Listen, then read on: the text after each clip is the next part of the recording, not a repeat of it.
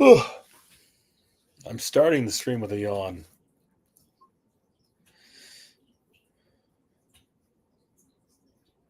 Sheesh.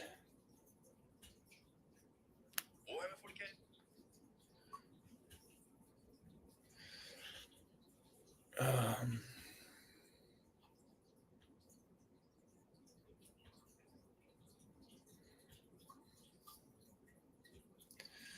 okay.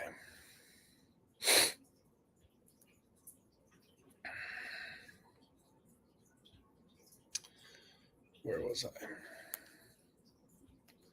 Okay.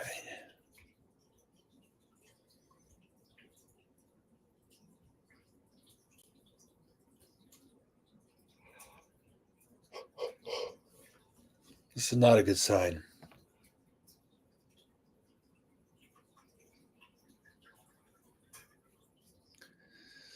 This is not a good sign because I am already yawning.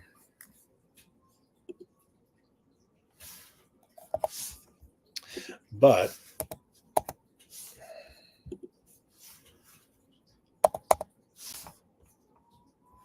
I'm curious. Speech. Can I control what voice it is?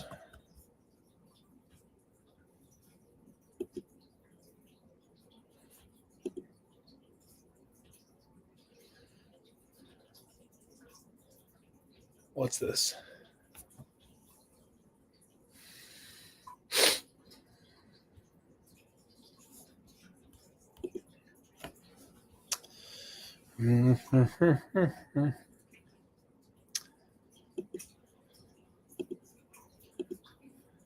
Oh, fun.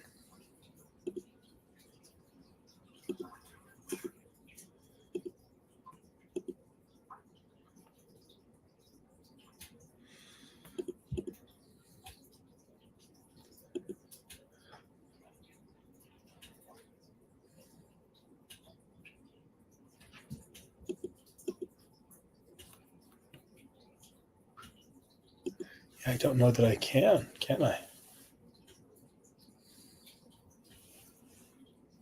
Or is that something that's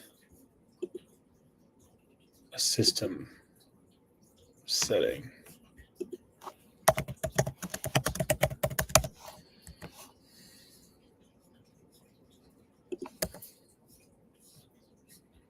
What?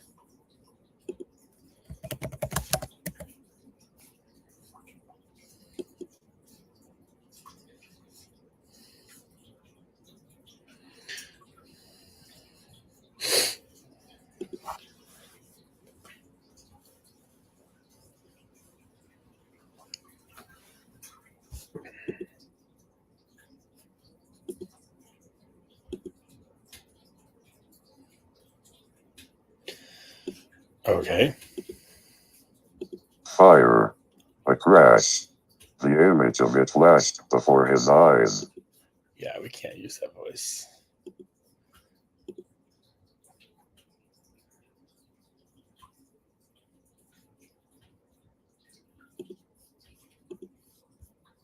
Fire. A crash.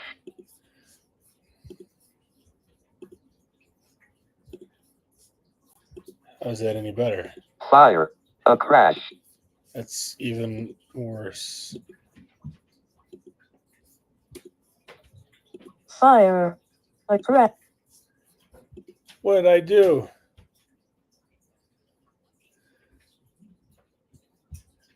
What did I do?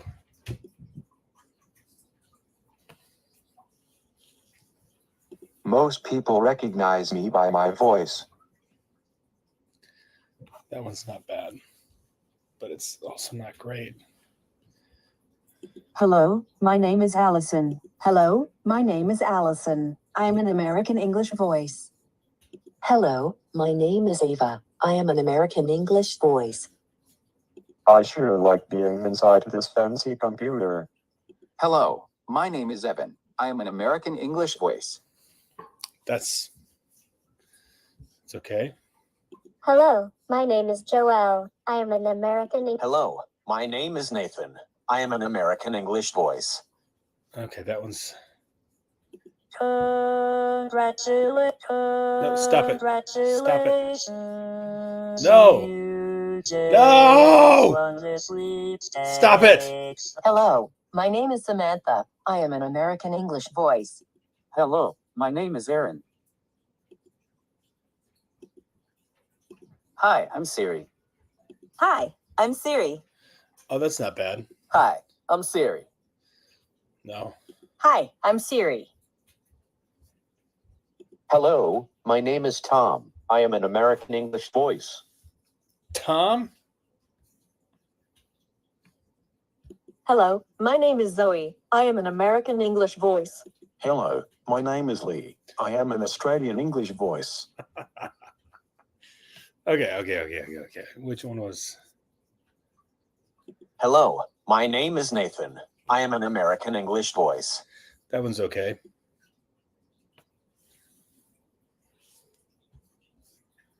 It's better than what I was using before. Hello, my name is Samantha. I am an American English voice. Yeah, that's an improved version of Samantha. Hello, my name is Susan. Hello, my name is Tom. I am an American English voice. That looks like a peaceful planet.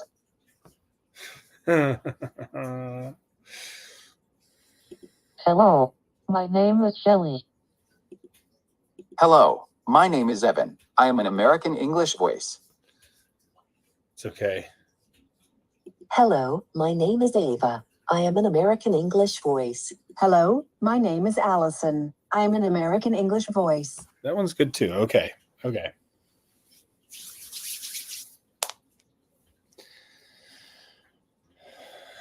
I'm being a little persnickety.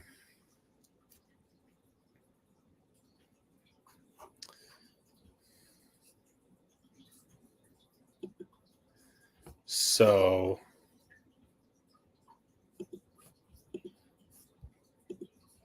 Fire, a crash. The image of it flashed before his eyes. Alex came to with a sharp inhale through his nose. let's see. It's a little too fast. Can we slow it down? Fire, a crash. The image of it flashed before his eyes. Alex came to with a sharp inhale through his nose. It sounds like he's talking like this. Blah blah blah blah blah blah. Blah blah blah blah blah. What the heck? Okay, so that doesn't sound that great then. What about Evan? Fire, a crash. The image of it flashed before his eyes. Alex came to with a sharp inhale through his nose. The sky was overhead, the sun setting over the hills in the distance. He was flat on his back. That's better. Okay, maybe we go a little bit slow. We don't want to go too fast. Let me see. Fire, a crash. The image of it flashed before his eyes. Alex came to with a sharp inhale through his nose. This fire, a crash. The image of it flashed before his eyes. Alex came to with it. Yeah, okay, that's insanely fast. Okay, let's go about there. Let me see. I'm controlling the speed. Fire, a crash. The image of it A flashed crash. before his eyes. Alex came to with a sharp inhale through his nose. The sky was overhead, the sun setting over the hills in the distance.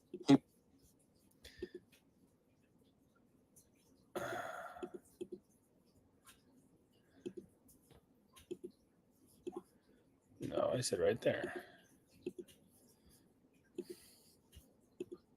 Fire, a crash. The image of it flashed before his eyes. Alex came to with a sharp inhale through his nose. The sky was overhead, the sun setting over the hills in the distance. Gosh, none of these are that great.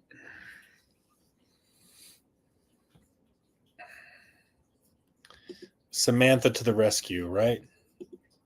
Fire, a crash. The image of it flashed before his eyes. Alex came to with a sharp inhale through his nose. The sky was overhead, the sun setting over the hills in the distance. He was flat on his back, surrounded by tall grass. Was this the field? The same one where he saved that girl? Blackwood's voice was audible in the distance. Mayday, mayday. A thick plume of black smoke was overhead, blocking out an entire corner of the sky from Alex's vantage point there in the grass.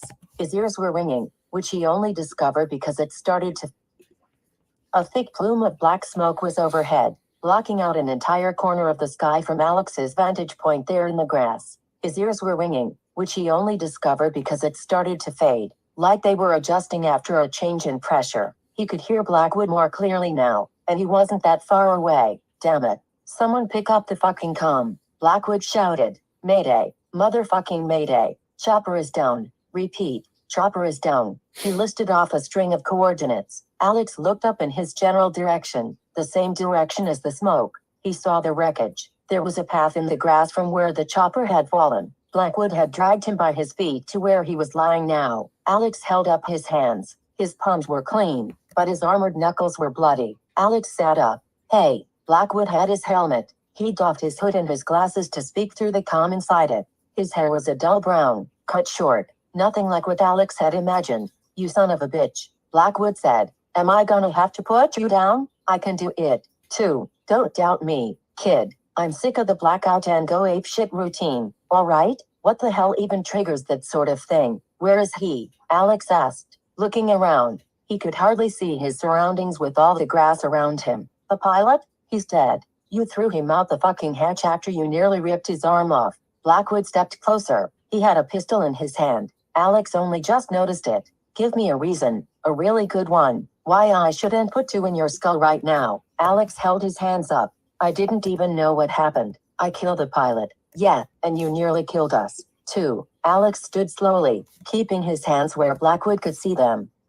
I don't know. I killed that kraken for you. Is that reason enough? For me? Blackwood laughed. I lined that one up for you, kid, so you could get your revenge. Maybe you did me a favor, too, but mine was bigger. Mine gave you closure. You damn it. Why can't you be replaced? If I could replace you, believe me. Alex pointed to the flaming wreckage of the chopper. What about Ryan? Is he still in there? Hell if I know. Hey, Alex took off running, snatching the helmet out of Blackwood's hands. It was on his head just in time to block the intense heat from the flames.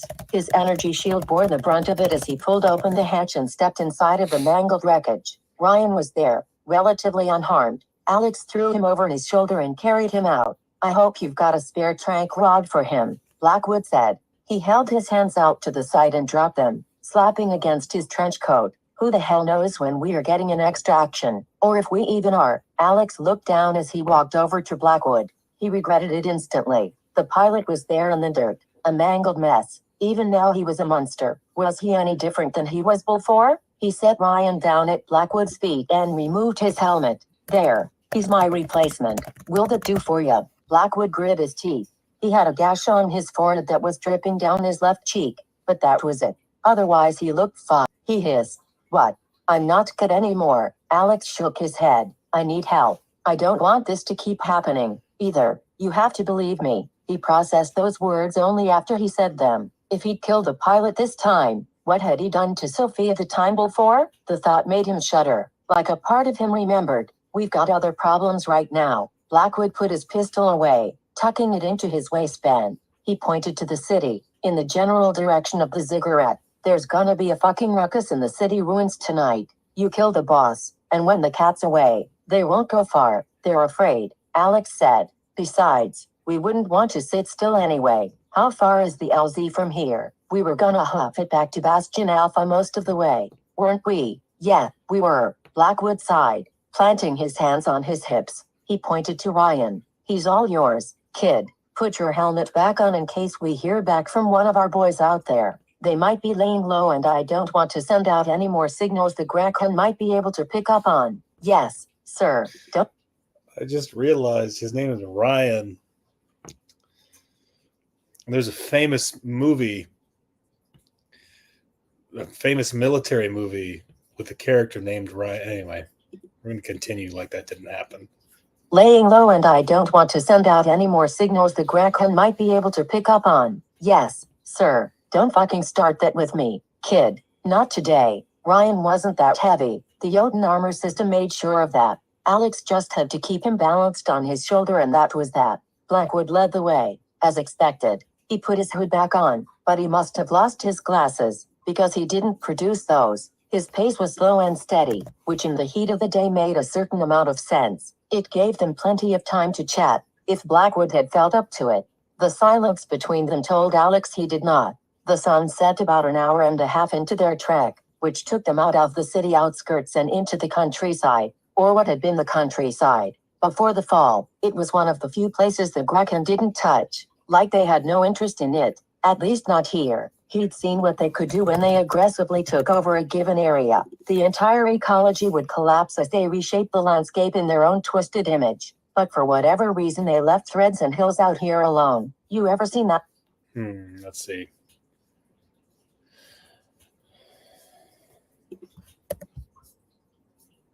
Yeah, that's better.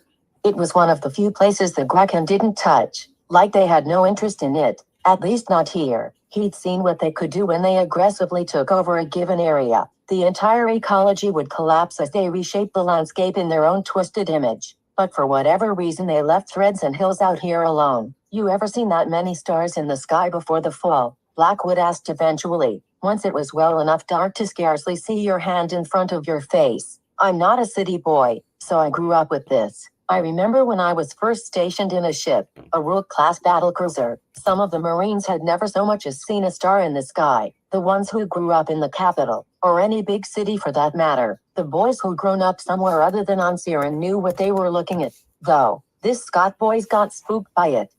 Blackwood hummed. You good to keep moving? I'm not in the mood. The Scott boys. Scott boys. What?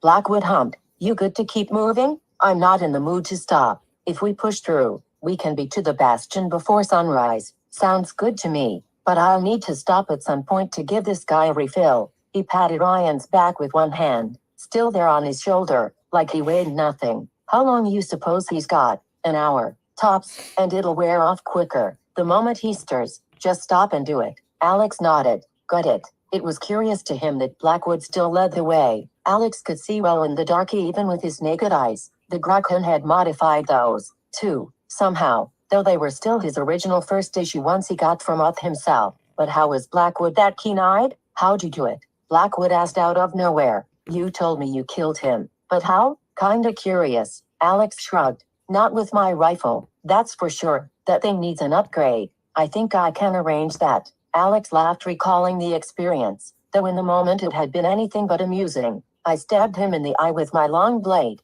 but that wasn't really what did it. It was a grenade. A grenade? The ones I gave you were standard issue. If all we need are grenades to kill those bastards, then I don't know why the hell we needed you. I put it down his throat. Alex reenacted the punching motion he made. He bit down hard, and I just dropped it down his gullet. Blew him up from the inside out. How's your hand? Tough as iron. The suit did its job. Blackwood looked up at the stars. Iron Fist. Sounds like a good enough call sign to me. He looked back at Alex. His pupils weren't very dilated. Your buds back in the Marines ever give you a nickname? Alex shook his head. Not one that stuck anyway. Farm boy, Bubba. One guy tried to call me pig. Okay, no, that's fine.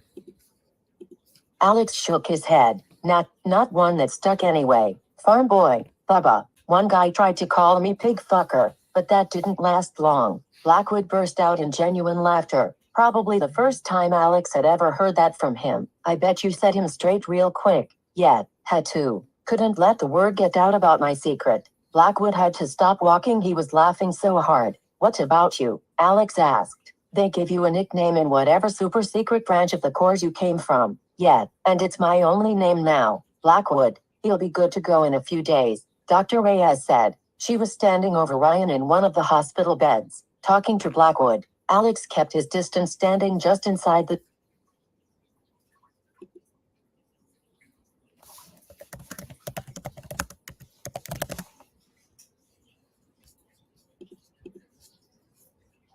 She was standing over Ryan, who was lying in one of the hospital beds, talking to Blackwood. Alex kept his distance.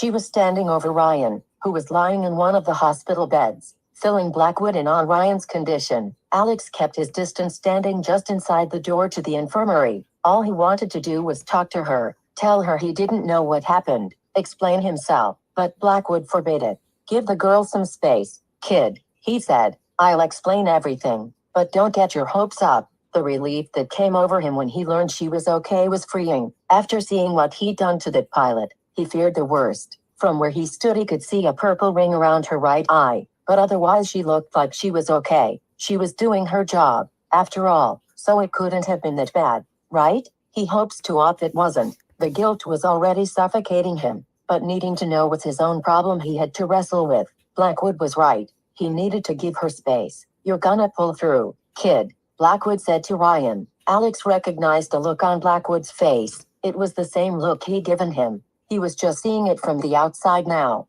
Thank you, sir, Ryan said. He extended his hand. The chitin had already peeled off, revealing his brown skin up to his elbow. Blackwood shook his hand. To Alex's surprise, rest up. Your training starts once she's done with you. Dr. Reyes turned her back and walked off. Alex resigned himself to the fact that he might never get the chance to talk to her and explain himself, and Blackwood hadn't taken the opportunity to step in and explain anything, either. You okay, kid? Alex straightened, finding himself mindlessly leaning against the wall. Yeah, I'm good. I've been thinking about it, and I think we can get to the bottom of this trigger of yours that seems to keep happening, Blackwood said. He shrugged. Who knows? But it's worth a shot. I'm not gonna let my star player sit on the bench. I'm not replaceable. Then, we all are, kid, in the end. But for now, no, I'm not satisfied with just one of you. The Admiralty is sending us another dozen Jotun armor systems. I'm envisioning an entire platoon of Jotner.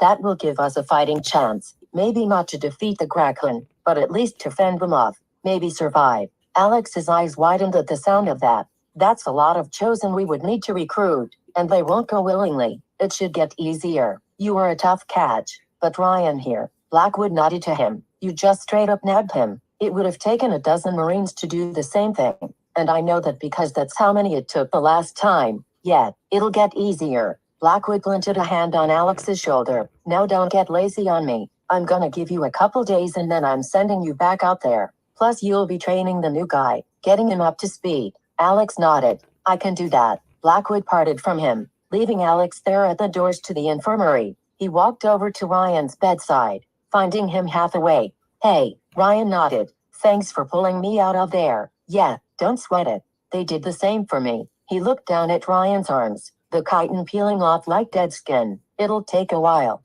but what they said was true. You'll be back to your old self again, soon. Physically, Ryan asked. He tapped the side of his head. Or in there. Alex lowered his gaze.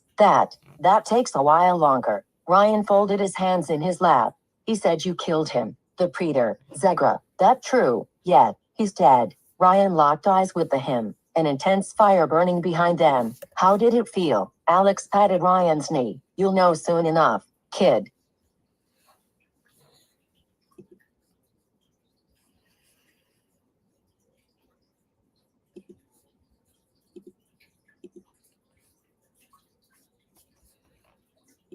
Okay. Okay.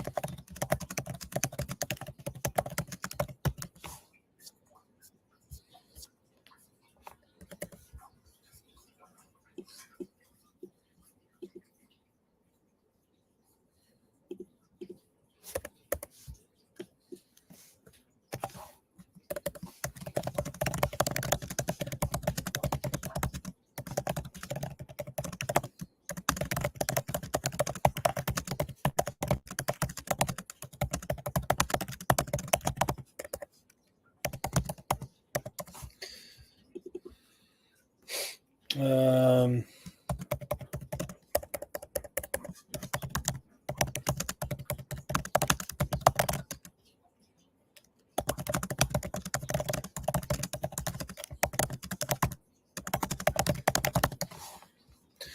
okay, cool.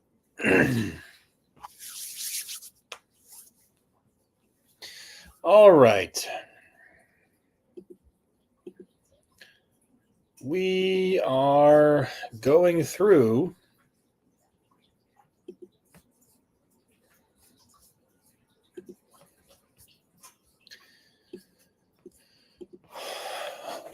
Dark Horse to make sure that everything is a-okay. And we're going to reduce the text size a little bit. Tell me your jump drive is ready, Daniel said. He looked across the master tablet base at his XO. Almost there, sir. Only a few more minutes. Sirens blared on the deck of the Ardent. The sound was droning, constant. It had been that way for so long. Since Siren fell, there had been no rest. The sound haunted him. Even in his sleep, Daniel would hear the sirens. Even in his sleep, the Kraken chased him. Daniel sighed, closing his eyes for a moment. He ran a hand through his short brown hair. It was all he could do to keep himself from losing his sanity. How far past the rendezvous are we? 22 minutes. Sir, fuck. Daniel had been captain of the Ardent for only a few weeks. He was a deck officer, a lowly lieutenant a few weeks before. The entire command crew of the ship had perished in a Kraken attack. The ship narrowly escaped. Thanks only to him. They'll be there, Captain, his XO assured him. No Siren left behind. Daniel nodded. Half-heartedly, the young man was barely qualified for his position, either. As a crew, they were stuck together with tape and glue and a little bit of luck. Daniel didn't even remember the names of his subordinates half the time. Jump prep. Daniel shouted to the upper deck. The tacticians on his bridge were half the number there should have been, and they were hanging by a thread. They just needed to hang on a little longer. XO, plug in the jump coordinates. One step ahead of you, sir. Cords are plugged in and awaiting your approval. Daniel stared down at the coordinates on the master tablet base. It was all in good order. The jump countdown was ticking constantly in the corner of the screen. Daniel took the call and held it to his lips. This is Captain Rybko speaking, he announced to the entire crew. We're about to make our final jump. The fleet will be waiting for us on the other side. From there, I've been told, we will be joining the fleet through a gateway. A gateway to... He paused. This was ludicrous. To Thras. We're going back to where we came from where Oz sent us. And the good news is, the Kraken won't be there when we arrive. The jump countdown passed 1 minute. The crew absorbed Daniel's words with a somber silence. On the bridge at least, he could only imagine what was going through the minds of all the other crew, and the civvies. For a night-class ship, they were able to pack in a fair...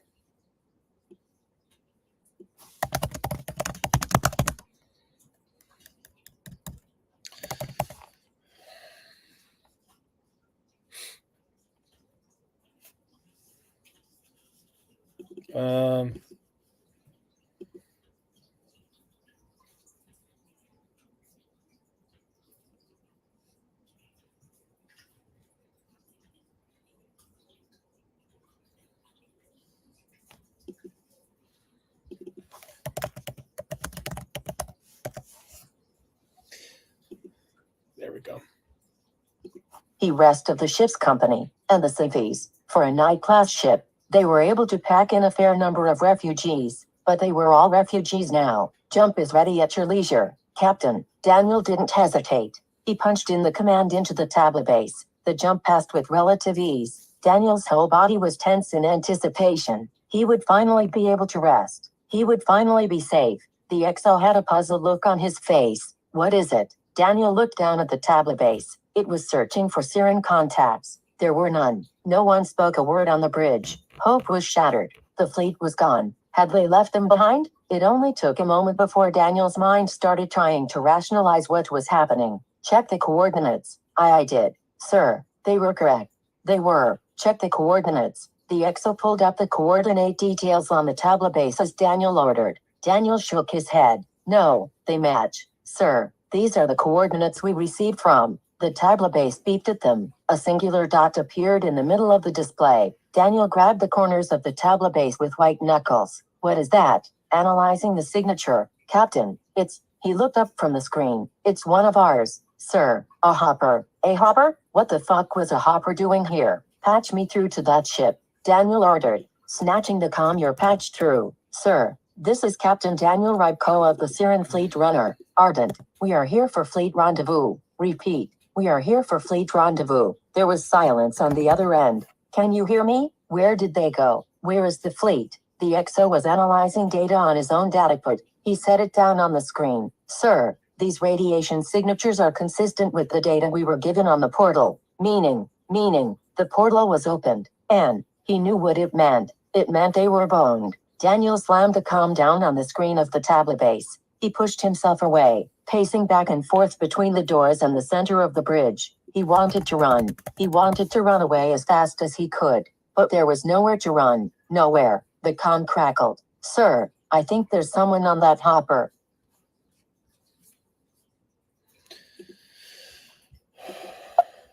Oops. We need a new icon for that.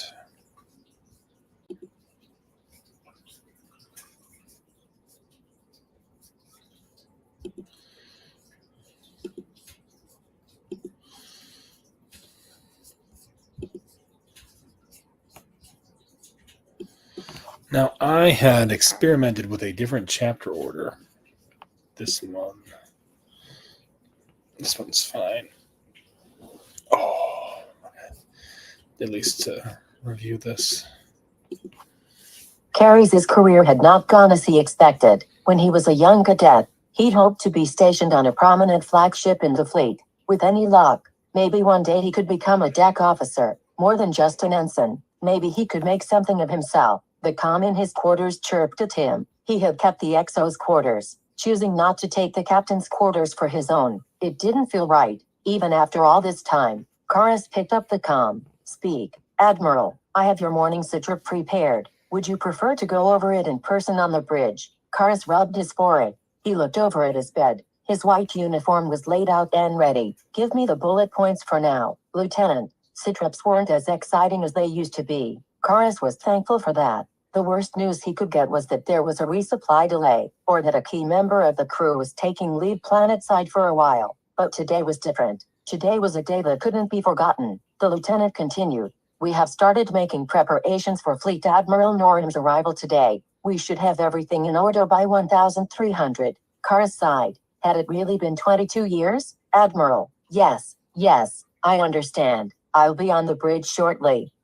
Sir. Karis hung up the comm. He took extra care in donning his uniform. He adjusted his Admiral insignia in the mirror for a prolonged moment, longer than was probably necessary.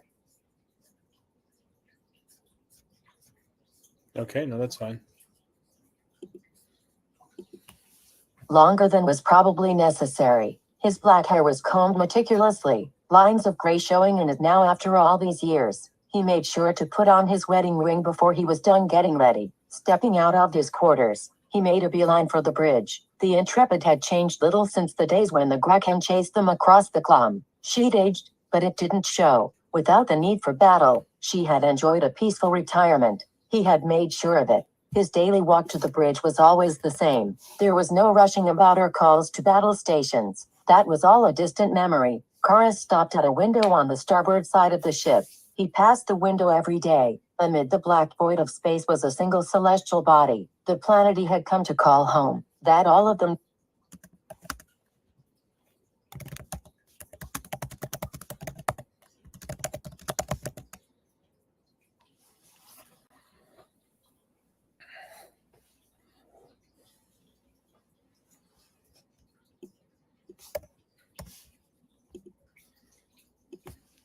Karis stopped at a window on the starboard side of the ship. He passed the window every day. Amid the black void of space was a single celestial body, the planet he had come to call home. That all of them now called home, New Siren. The planet was a brilliant white sphere, a narrow band of green and blue across its equator. The blue halo of its atmosphere was resplendent in the light of the sun. That was home now, a planet he had come to love. Karis shuddered, snapping out of the trance-like state he was in. He had a job to do. Admiral on deck. His lieutenant called out as he entered the bridge. The crew saluted in unison. They were a little more spry than usual. The lieutenant was waiting for Admiral Karis at the master tablet base. The young officer had been a little boy when they had gone through the portal. He kept his hair short, with a clean-cut hairline. His eyes were sharp, perceptive, matching his confidence. He reminded Chorus of himself at that age. Like him, much of the rest of the crew had just been children when the exodus occurred. It was only within the last couple of years that any cadets came through that had been born.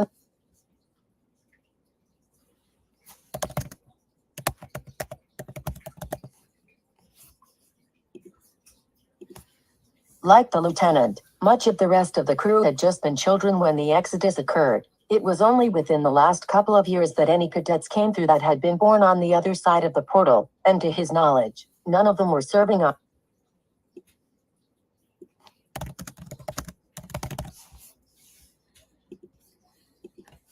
And to his knowledge, none of them were serving on his ship. Sir, we've received word that Fleet Admiral Norm's hopper will be arriving early. Kars nodded. He checked the ship's status on the master tablet base. Very good. I assume we'll still have everything prepared. Yes, sir. I've prepared Ready Room 7 for your meeting with the Admiral. The lieutenant leaned in closer. Do you know what this is all about? It seems like it's more than just the anniversary of the Exodus. Kars sighed. That's all it is, Lieutenant.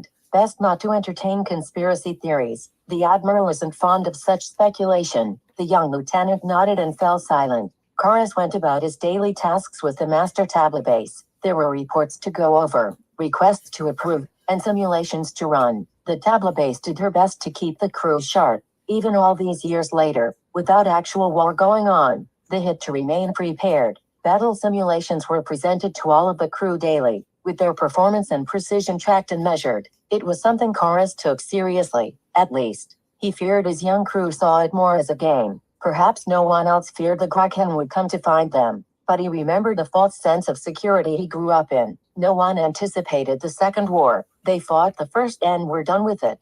He wasn't going to allow that to happen again. Sir, we should head to the docking bay to greet the Admiral, said the lieutenant, interrupting one of his simulations. Chorus looked up from the screen of the master tablet base. One moment. He went back to the simulation. Are you winning, sir? As if that was why he couldn't quit the simulation early. Chorus sighed. No. The screen turned red. We lost everything. The lieutenant forced a smile. It's just a simulation, sir. Chorus pointed a bushy eyebrow in the lieutenant's direction. If you say so. Chorus closed the simulation and spun on his heels to depart from the bridge. A train of grays followed after him. It soon became apparent that outside of the bridge there was very little actual work going on. Crew members were gathered in the halls to greet the Fleet Admiral. Uniforms were freshly pressed. Medals and insignia were all in neat lines. As much as he was happy to welcome Admiral Norm aboard the ship, it all felt out of place. Or perhaps it was just him? They arrived at the docking bay in time before the outer doors had opened. Marines and pilots stood in perfect ranks and files on the docking bay floor. The energy barrier had already ignited, crackling and hissing in anticipation of the outer doors opening. Chorus turned to his side, examining his crew. Would the Fleet Admiral be proud of what he'd done with this ship? Had he lived up to expectations? The outer doors yawned open. The energy barrier crackled as particles struck it from the space outside. Chorus caught a glimpse of the Fleet Admiral's hopper in the distance, a metallic silver. The newly minted vessel approached the energy barrier, slowing to a crawl. It passed through gently, the crew collectively responding by holding their breath.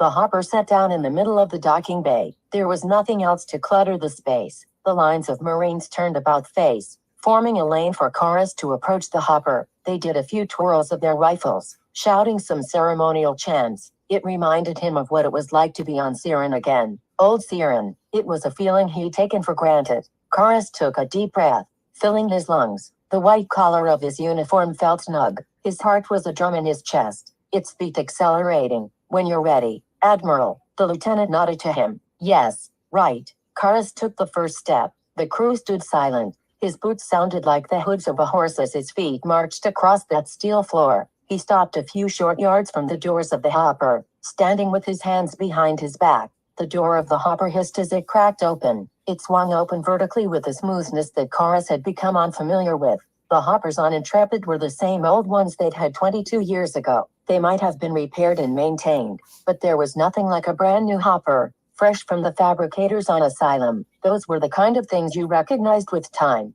A few Marines filed out of the hopper, dressed in black.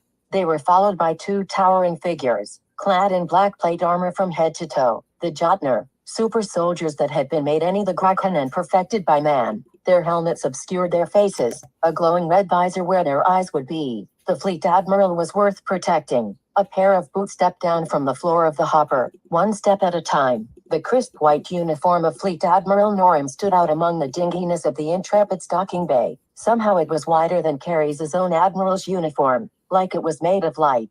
Kara stood at attention, saluting. Fleet Admiral on deck. The entire crew clapped their boots together, saluting in unison. At ease. Carey's. Kara's relaxed, but not fully. His breath was stuck in his chest. He kept his eyes averted. First to the floor, then to the roof of the hopper. It is an honor to welcome you aboard, Fleet Admiral Norham, he managed to mutter. The Fleet Admiral looked in his eyes, and Kars looked back at hers. There was a smile on Abby's face. It was what he'd hoped for. You've done well with this old ship, she said, eyeing their surroundings. It looks as though she's been well taken care of in my absence. Aye, ma'am, Kars sighed, his chest falling. It was a privilege to accept this post. Abby nodded. And this crew, I've heard good things. Admiral Karas, I've heard many good things. The other fleet captains are jealous. In fact, you have a dedicated bunch here. Thank you, ma'am. That was all he could say, but the compliment meant more than he could have said anyway. We have some things to discuss,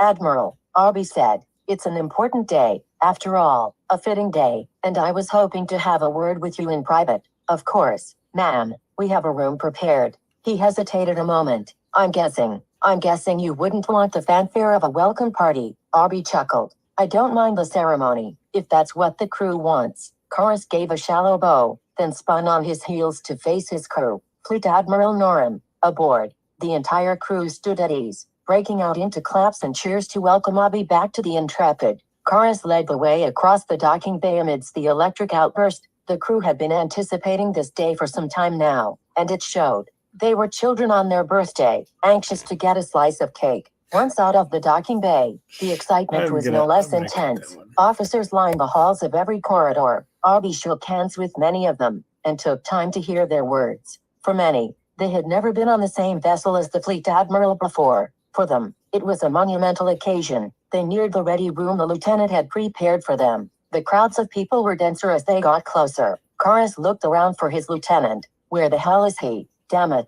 Abby looked to the Jotner accompanying her, giving them the signal. The super soldiers cleared the way just by walking out into the hall before them. Their wake pushed everyone back, without having to do more than look at the people clogging the hallway. They can be useful, Abby told Karas, and not just for crowd control. They made it to Ready Room 7. Abby ordered the pair of Jotner to stand guard outside, leaving them there. Karas shut the door to the Ready Room behind them, shutting out the noise that had been constant since they'd left the docking bay. Arby was beaming with a wide smile. It feels so good to be back here. I can't tell you how much I miss this ship. It's not the same. The new ones, they don't have the same soul, so I've been told. Arby turned to look out the window. New Siren was there, gleaming in white, floating in the middle of space. Everything we fought for, everything we lost. You and I know more than most, Karas. Today isn't just the day of the Exodus for us. It's not just a day we've remembered for 22 years. We've lived it for 22 years. Indeed,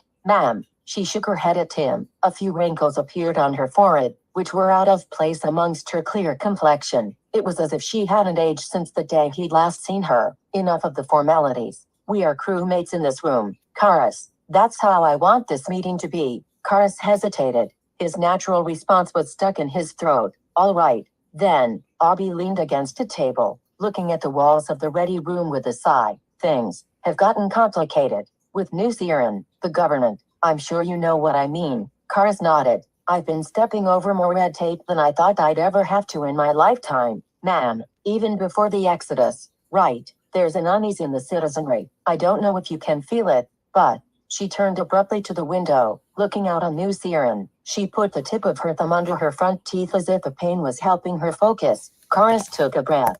He knew what this was about. She just wasn't willing to say it first. This is about the president-elect, isn't it? Arby's eyes darted back to him. It was all but confirmed by the look in her gaze. It is. Sort of. Karas laughed. Sort of? What? Are we not supporting free elections anymore? Of course. We always have been. It was high time the people had their voices heard again. Abby folded her arms in front of herself. crossed her legs at the ankle. The military shouldn't have to make the decisions we made. We chose who lived and died. It only happened because it had to happen. There was no other choice. So, you're still fully in support of the president-elect then? What is it, ma'am? I'm confused. She turned away, started pacing about the room. You've served Siren for a long time, Karis, your whole adult life. Yes, ma'am, and I gladly would again. I'm not questioning your pride, Karis. You've been loyal. Everyone knows that. But you haven't always been given the place of honor you deserve. She stopped in front of him abruptly, spinning on her heels as though to attention. I have a job for you. It's a shit job. I can tell you from experience, but it's a job you've earned. Wait, that came out wrong, ma'am. She shuddered, resetting her focus. I am offering you the position of Fleet Admiral, because I will no longer be holding the position. That is, if you accept. Karis couldn't respond. His words were stuck in his throat. Him? The Fleet Admiral? I thought that's how you'd respond, Arby said, sighing. I know it's a lot of responsibility. Believe me, I'm up to my eyeballs in responsibility these days. I know full well what I'm setting on your shoulders, but I also know you can bear it. Better than anyone. You're going to be in his cabinet, aren't you? Karis asked, cocking his head to the side. Arby held her hands up, palms out. You caught me. She relaxed her shoulders. I can't lie to you. It isn't a path I thought I'd go down either, but I have a role to play in the civilian government. Not as the Fleet Admiral, not anymore. Karis stood there while she over-explained herself to him. She didn't have to. He clapped his heels together and saluted. I will serve in whatever post you put me in, ma'am. Arby smiled wide. I'm glad. She and Karis shared a laugh. He extended his hand and shook hers. Who have you told? Does anyone else in the Admiralty know? Arby shook her head. No, you're the first soul I've told. I mean, I've met with the president-elect and some other members of the administration, the ones who get those things done, some of whom convinced me to make the decision, too, but no one knows I've committed to it yet. I had to hear from you first. You were the last piece of the puzzle. Karis felt at ease, though he knew he shouldn't, with everything he was about to take on. Will I be able to command the fleet from the Intrepid? Ma'am, Arby hummed. We'll see about that. I wasn't able to pull it off, so I don't know how you would. Karis laughed. Well, I knew you would get me off this ship someday. He raised his gaze to meet hers. What about your daughter? What does she think of all this? It was as if he had shot her in the stomach. She's next on my list.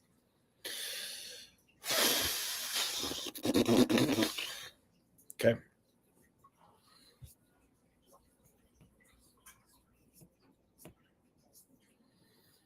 Mm.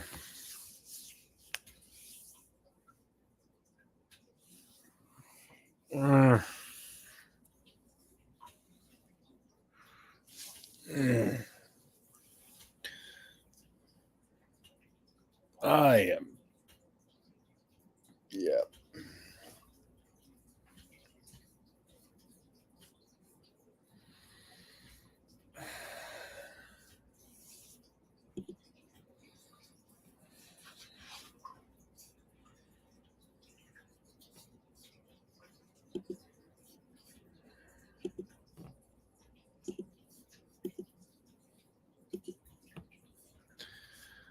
Oh, do we go here? Oh my gosh.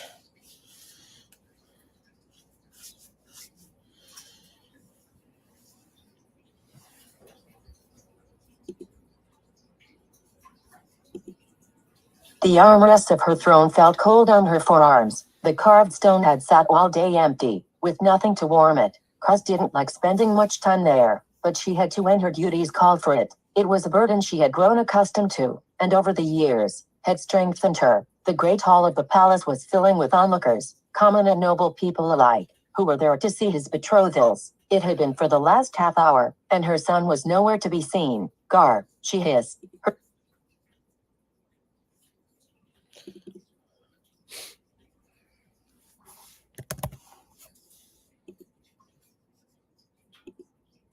The betrothals. It had been for the last half hour, and her son was nowhere to be seen. Gar, she hissed. Her servant spun on his heels to face her. He was standing a few feet lower than her, below the platform she sat upon. Where is Katiner? He should have been here by now. As if on cue, Mila appeared over her left shoulder. I'll track him down, Your Majesty. Kaz waved her hand at him. She had endured enough of his letter-perfect attitude for a lifetime. Gar, you go and find the boy. He doesn't need to be lectured. He just needs to be here right now. Gar's smile curled at the corners, his square nose appearing to come to a point. As you wish, Empress, he said with a bow. Kaz had never met a more effeminate Mesav man than Gar, and that was why she could trust him. He wasn't trying to stick his sword where it didn't belong. He had the servant boys and the burly men, not her. It was a way of reducing complications. Miller grumbled, stroking his gray beard with one hand. I mean no imposition by my lectures, Your Majesty. I hope you understand this. If the boy is to become emperor one day, if,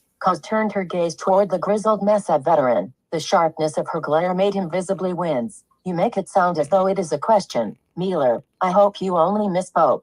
Miller bowed. I apologize, Your Majesty. Indeed, I misspoke. He straightened, twitched his mustache, yet still, when he becomes emperor, there will be lessons, valuable lessons, that he must have learned. I did not rear emperors in my past life. Your Majesty, you know this, but I oversaw the rearing of barons and dukes. Royalty nonetheless. There is a burden to ruling, as I'm sure you are aware. Kaz ignored him for a moment, turning her attention back to the great hall of the palace. It was a peculiar room, carved from stone like the throne she sat on. She hadn't built it. They had no idea who did. When they discover their new homeworld on the other side of...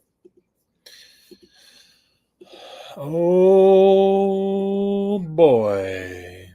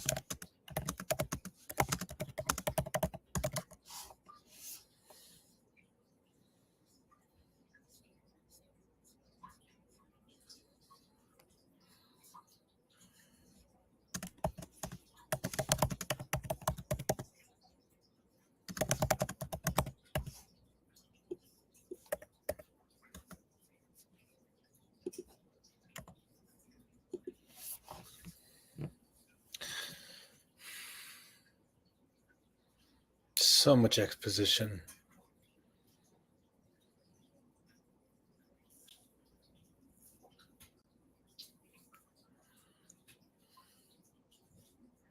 I could just literally turn this into dialogue if I wanted to.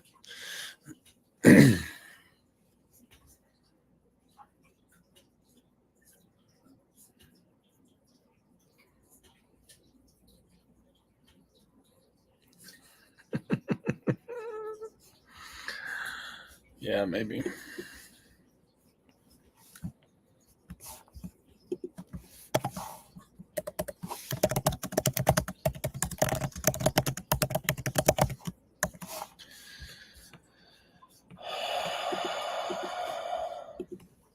Lights were buried into the stonework of the walls and the ceiling, glowing a warm yellow color that mimicked sunlight in the most uncanny way. And at the far end of the hall was a large pair of doors, which split into recesses in the thick walls, allowing the great hall to open up to an audience like no Mesav ruler had ever addressed before. I will make sure Katanar is ready when it comes time for him rule, Kaz muttered. She tucked a stray lock of black hair behind her ear. Just as I have guided Mesav, Vay, Zorak, and all the rest. Do not doubt me, Miller, I do not.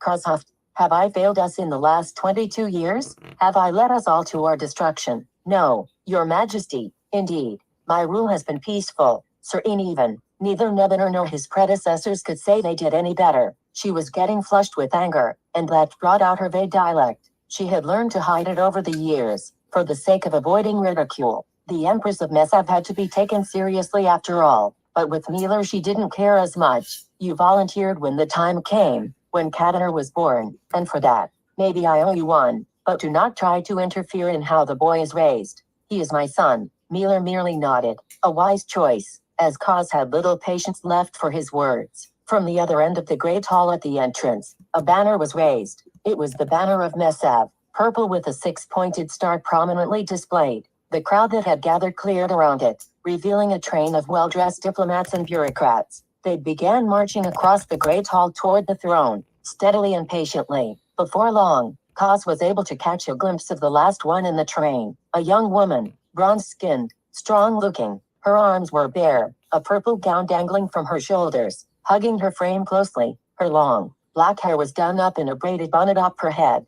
with jewels and ornaments all over her. The train came to a stop at the right-hand side of Kaz's throne, the young woman coming to the front. The leader of the train approached the throne and bowed. The delegation of Mesav offers to Prince Kataner, Maiden Leanna, Your Majesty. Kaz looked to her left. Kataner was nowhere to be seen. She is a fine choice, Miller said. She would bear many strong children, many heirs. Kaz clenched her jaw. And you would have her made queen. That would be up to the prince, Your Majesty. It is his choice who to make his queen. A second banner appeared at the far end of the hall. This one was green, marked with the four-pointed star of Zarok. A humble delegation led the train, long-legged men with pale faces standing out amongst the rest of the crowd that parted for them. And the young woman at the end of the train was what Kaz had expected. She was blonde and buxom like most Zorok women were. She hadn't worked a day in her life, but she was sharp, by the look in her eyes. The sight of her brought back thoughts of Bex. Thoughts Kaz tried to banish at that moment. Your Majesty, the leader of the Zorok delegation bowed. We bring before you an offering of betrothal for Prince Kataner, Miss Orella Zealous, eldest daughter of the House of Zealous. Kaz nodded to them and they took their place next to the Mesav delegation. She seems like she would be a lot of trouble, perhaps more than she's worth. Miller folded his arms in front of him. No doubt. But we must keep relations with the Zarok peaceful for political reasons. Your Majesty, she would wrap Kataner around her finger. I know his weaknesses. Maintaining relations with Zarok aside, a third banner appeared at the other end of the great hall, and at that same moment so did Gar. He approached the throne hastily, clicking his heels together. Your Majesty, Prince Kataner. The prince appeared next to him an instant later. He was dressed in purple silk, the fabric cut in such a way as to accentuate his shoulders. His brown hair was cut short atop his head. He looked up at his mother with a mischievous grin. He had his father's eyes that cut to Kaz's heart. Kaz acknowledged him with a nod and he ascended the platform to sit next to her.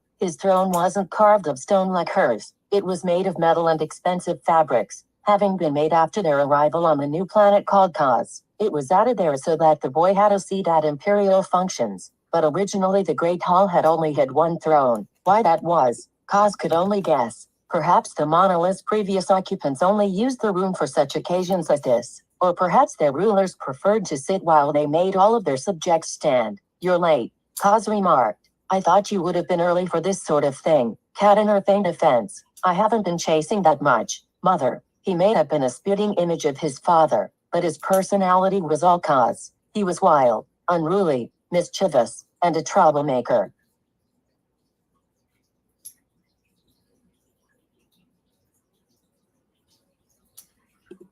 What?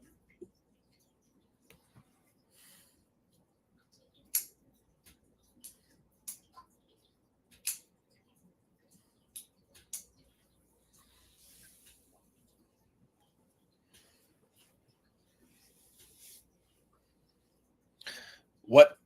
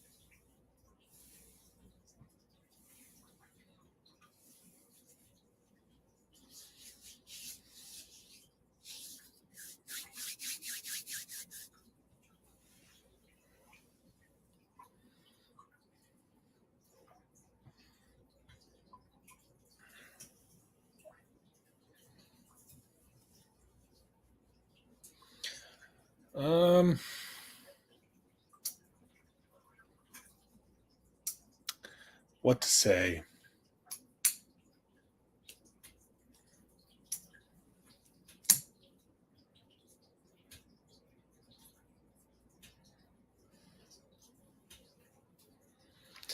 What to say?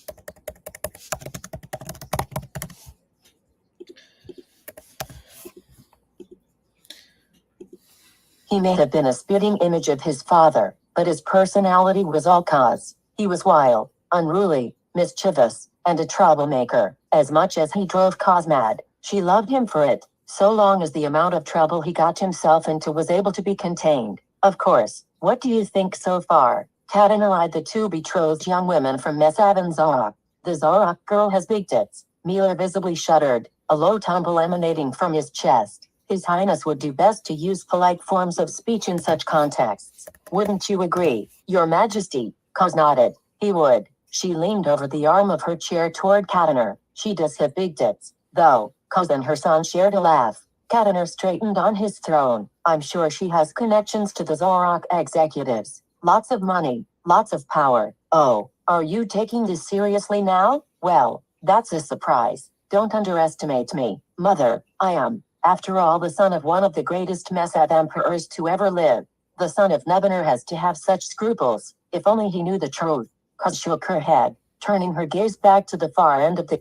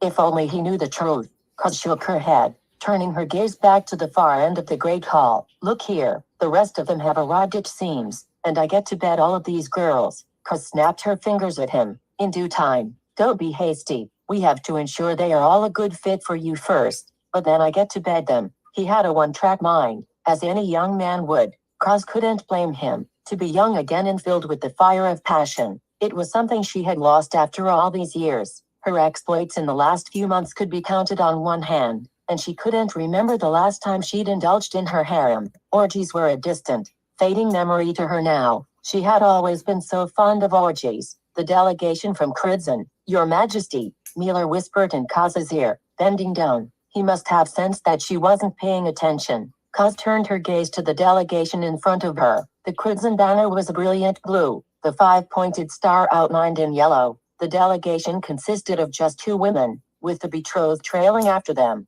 The 2 were veiled completely in blue silk, even their eyes covered. The betrothed was of olive skin, her lips lush, her black hair ornately done up with gold decorations woven in. A thin, gold chain hung from her left nostril, the other end attached to her left earlobe. Amidst all the jewelry, the most stunning sight was her eyes, 2 emerald gems that were faceted into her perfect face. She was just as Ebener had promised. She's stunning, Katiner noted. He leaned on his throne to one side, resting on his elbow. But I've heard that Crimson women can be a bit cold. Kaz didn't much care what Katiner's assessment of her was. There was a reason why she was among the betrothed, and Katiner didn't need to be aware of that. It was better that way. She seems a fine mate.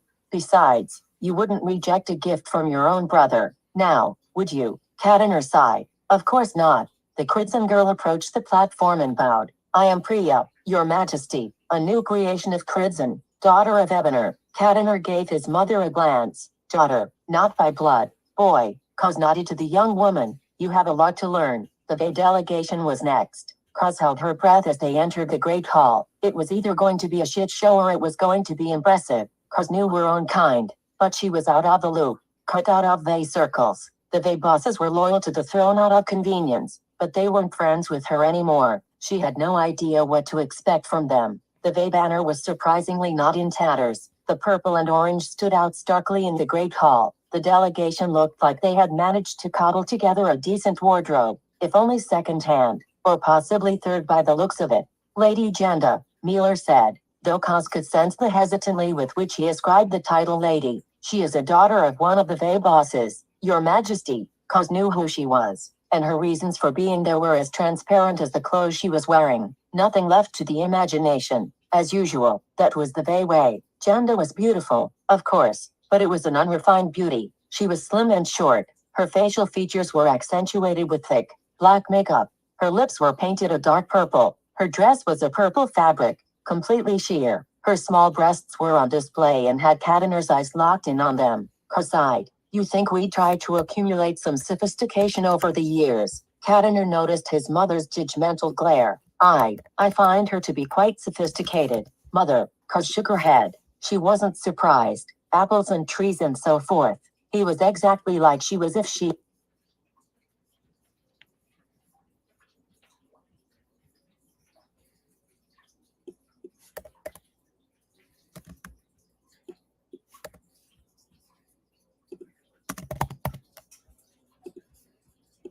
Katiner's eyes were locked in on them. Kaz sighed. You think we tried to accumulate some sophistication over the years? Katiner noticed his mother's judgmental glare. I find her to be quite sophisticated, Mother. Kaz shook her head. She wasn't surprised. Apples and trees and so forth. He was exactly like she was if she'd been a boy. Well, she's gotten your attention at least. But don't be fooled. They women only want one thing from you. I know from experience. Katiner's face morphed into a contortion of awkward and uncomfortable emotions. He leaned back against his throne and straightened the collar on his purple jacket. There should be another. Laneth. Correct. The Vey delegation had already stepped aside to make way for them. There were only 3. After all, Laneth survivors were already few and far between before the Exodus, much less after. A man and a woman escorted a fair young maiden, the man hoisting the banner of Laneth over his shoulder. He appeared to be in his 80s, a hard life behind him. Years of toil and hard work were evident by the calluses on his hands, and by the fact that he was still able to hoist that banner at his age. The young maiden was fair, though nothing to fawn over. She was plain, with dirty blonde hair and a little nose that turned up ever so slightly. She was cute, in the strictest sense of the word. Nothing about her was particularly extraordinary, and if anything she appeared as a farm girl in a princess's clothing. She wore a modest yellow dress that showed the ever slightest bit of cleavage. Your Majesty, bowed the elderly woman, I present to you our granddaughter, Dani, a maiden of no particular heritage, yet all we Laneth have to present to His Highness. Kaz nodded to the woman with respect. We are greatly pleased with your granddaughter, Kaz felt her heart swell for the woman. Laneth is a true friend of the throne of Mesav. We humbly accept this extravagant gift presented here today. Kaz turned to Kataner. He appeared to be in a trance looking at the girl, a reaction she hadn't seen from him with the others. She reached out and touched his hand, snapping him out of it. Yes, we are greatly pleased. Kataner bowed. Thank you. Kaz smiled at the elderly woman. For a moment, she saw another man there with him, a familiar face. She shook. No, her eyes were tricking her again. She blinked, stared back at the last delegation. It was only the three of them, the old man, the woman, and the girl. Kaz nodded to them, dismissing them to stand with the others. Your Majesty, Miller whispered, it is time for you to evaluate them. Do you have any questions to ask them? Kaz thought for a moment. Whatever questions she had thought to ask in that moment were lost to her. No, not now, Miller. I will speak with them all privately. Kaz stood from her throne abruptly, her black dress flowing over her legs. Everyone in the great hall stood up straight. She ignored them, stepping down from the platform and exiting to the left. Gar was close behind her. Is there something the matter, Your Majesty? Kaz bunched up her dress so she could move faster. Gar had a hard time keeping up, even with her wearing heels. I'm done with appearances for today. Gar, tell Miller to wrap things up. I'd like to speak with Kataner soon. They passed through a doorway out into a dim vestibule. Gar appeared concerned for her, the faint light from above accentuating his almost gaunt facial features. I will have a meal brought to you, Empress. Shall I tell the kitchen to prepare your favorites? Kaz placed her hand on the wall, the rough stone abrasive against her supple fingertips. Her heart was racing. She couldn't put out of her mind what she had seen, or thought she'd seen. The stew. Yes, Kaz managed to mutter. Gar bowed. As you wish, Empress. He spun on his heels and left her. Kaz waited there in the dark for a moment, alone. It was a rare moment of privacy. She caught her breath, looked back out at the great hall where Kataner was still seated on his throne. Why do you still insist on haunting me? Do you think I've forgotten you? Because I haven't. I can never forget you. There was no answer. There had not been one for a long time, and it was just as well. It was bad enough she was talking to herself. At least this time no one was answering. He's so much like you, she said. Her gaze drifted upward, and yet, he can never know.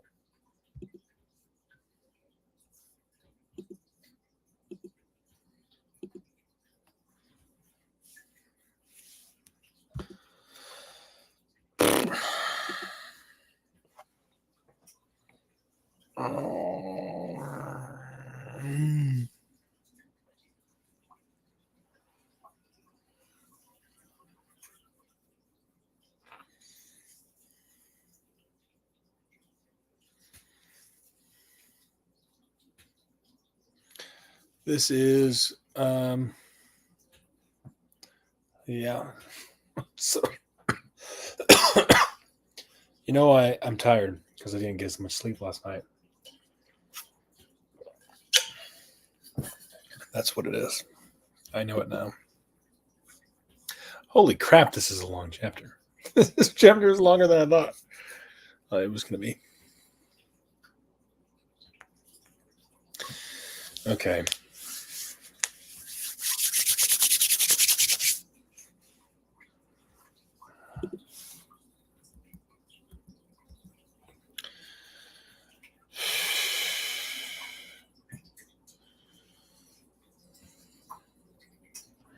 I am tired.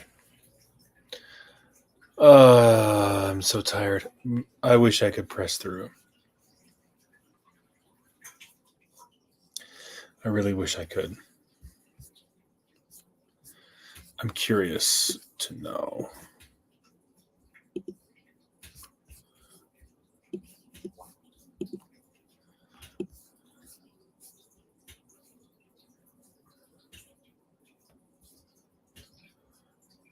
Do just 100 words.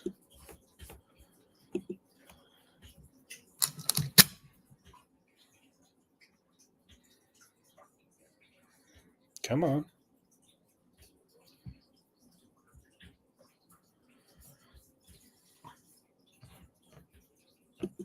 Gretchen pulled hard right on her controls. An enemy fighter flew past her in a blur, barely missing her. She came out of the turn, stabilizing herself and pushed forward. The enemy was hot on her heels, and she was without the rest of her wing. Get back in formation, Spitfire, shouted one of her fellow pilots over the comm, but it was too late. Gretchen knew that, but apparently no one else did. Their formation was broken. Their fighters were divided by the enemy, and soon they would be conquered. Flashes of light assaulted her from her left side. Oh, that's interesting. Okay.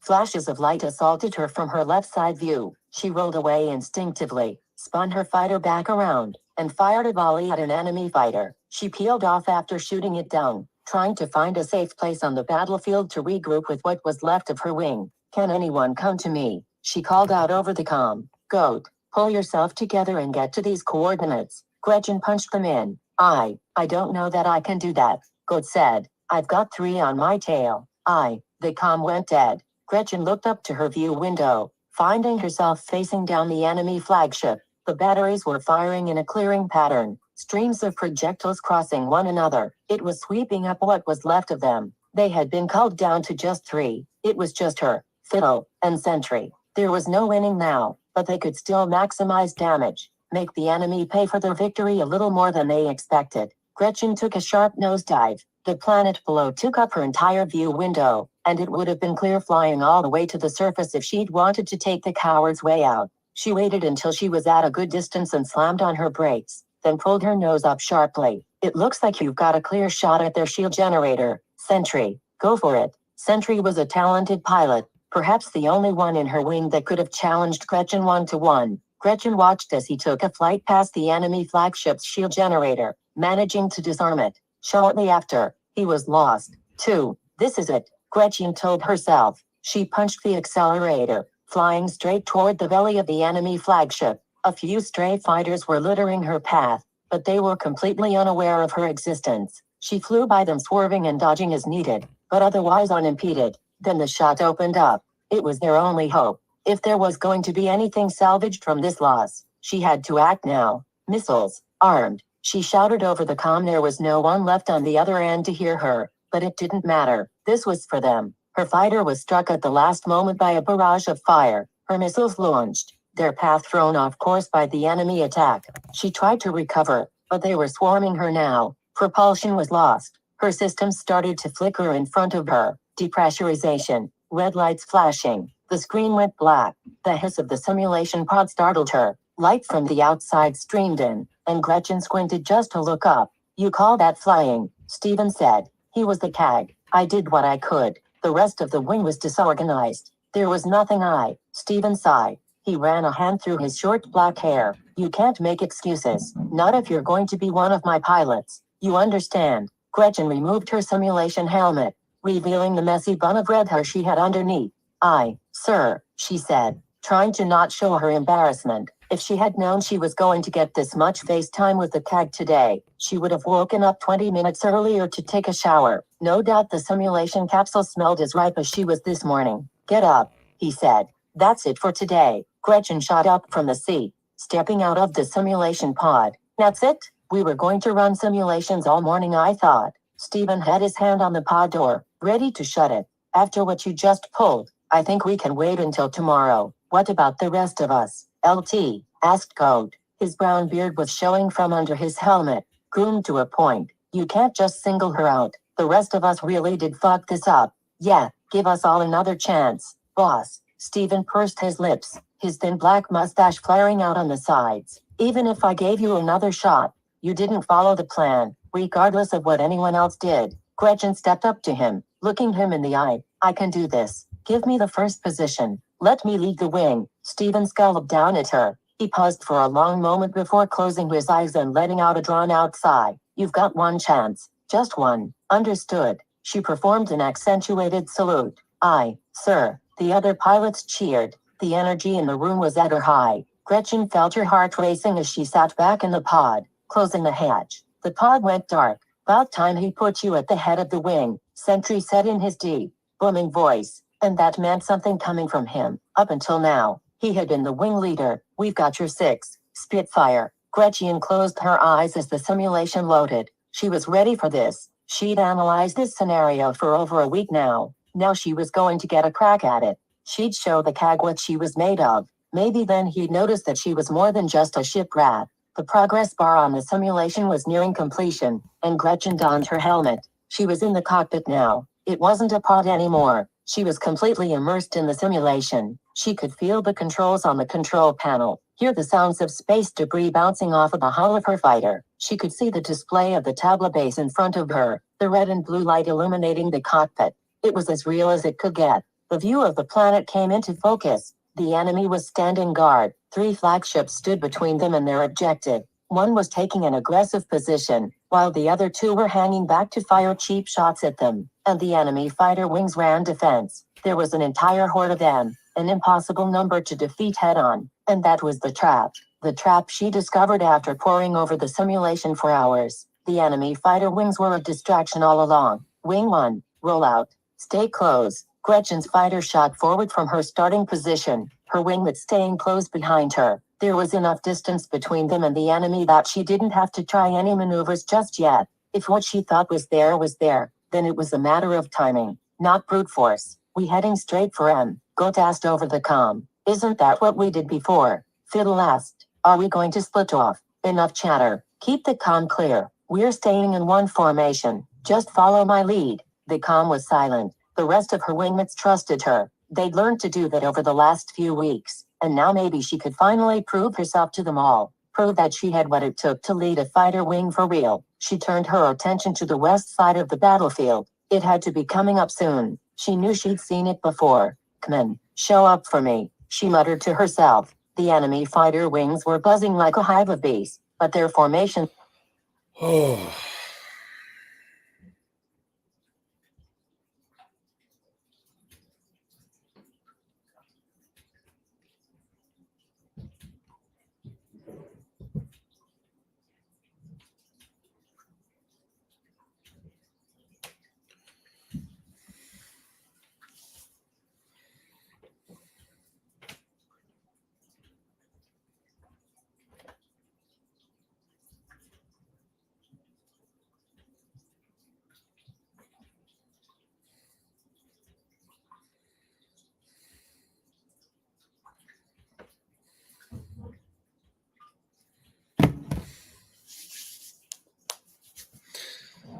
Ouch.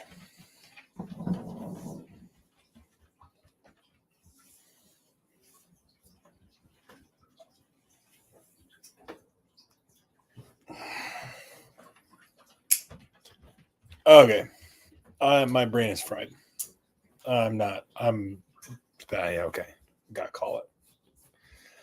I'm too tired. I am not. You gotta know when you're too tired, man. I am too tired. My brain is not functioning. I salute you. We'll get this done one day.